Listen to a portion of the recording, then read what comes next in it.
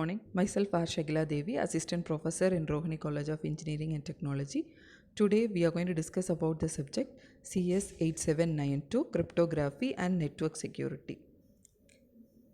In this subject, in Unit 1, we have the concept called Ceasar Cipher.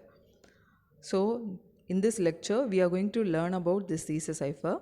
What is the outcome is, on successful completion of this module, the student should be able to illustrate the concept of Ceasar Cipher. So first we are going to discuss about the secure communication. So why this secure communication is needed? So we need a secure communication at the time of wartime communication, or for business transaction we need secure communication. So the requirements of secure communication are secrecy, authentication and message integrity.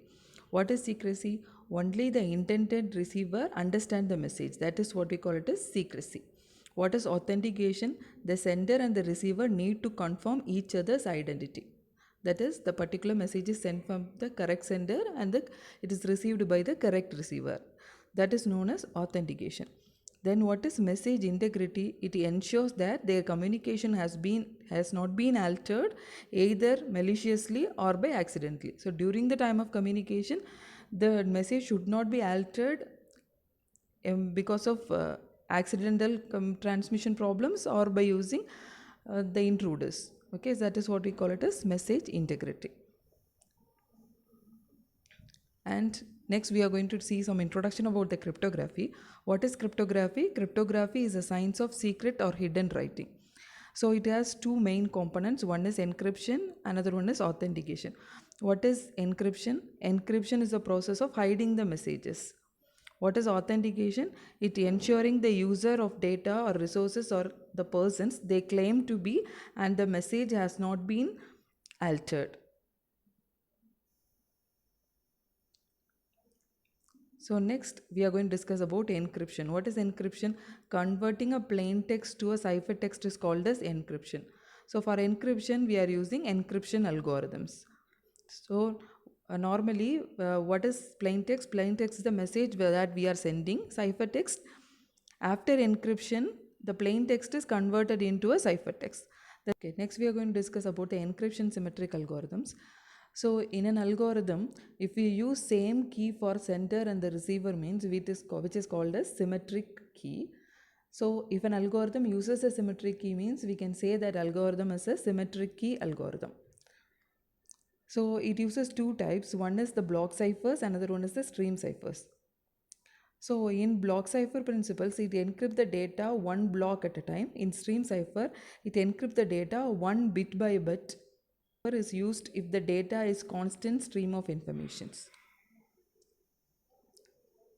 And what are the key strength of symmetric encryption?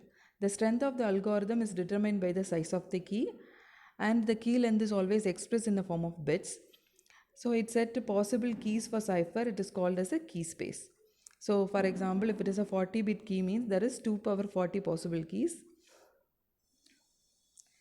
To crack the key, the hacker has to use the brute force attack. So what is brute force attack means? He'll try all the possibilities. That is what we call it as brute force attack. And in symmetric algorithm, first we have a concept of Ceasar cipher. Ceasar cipher is a method in which each letter in the alphabet is rotated by 3 letters as shown. For example, if you are having A means the A is replaced with D. That is, from A we are going to shift to 3 positions. A, B, C. Then the third position is D. So instead of A, you have to replace that with D. B means you have to replace that with AE. C means you have to replace that with F. D means you have to replace that with G. E is replaced with H. F is replaced with I. Similarly, you have to replace Z with C. So you can do an assignment in this. So each student can exchange a secret message with their closest neighbor about some other person in the class, and the neighbor will decipher it. So you can use, for this assignment, you can use the Ceasar cipher concept.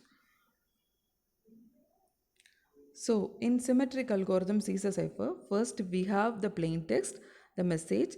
The message is converted into ciphertext by using Ceasar cipher algorithm. For that they are using the 3-bit key. That is, we are going to use the key concept of 3-bit shifting.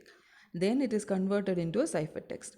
So the original message is attack at dawn, that is converted into a ciphertext. So in the decryption side, we are going to convert the ciphertext into the plain text. For that, we are going to use decryption. For decryption also, you are going to use the same Caesar cipher algorithm. You are going to do the reverse process. For example, Caesar cipher encryption, you have shifted 3 bits in the forward positions, means in decryption you have to shift 3 positions backward.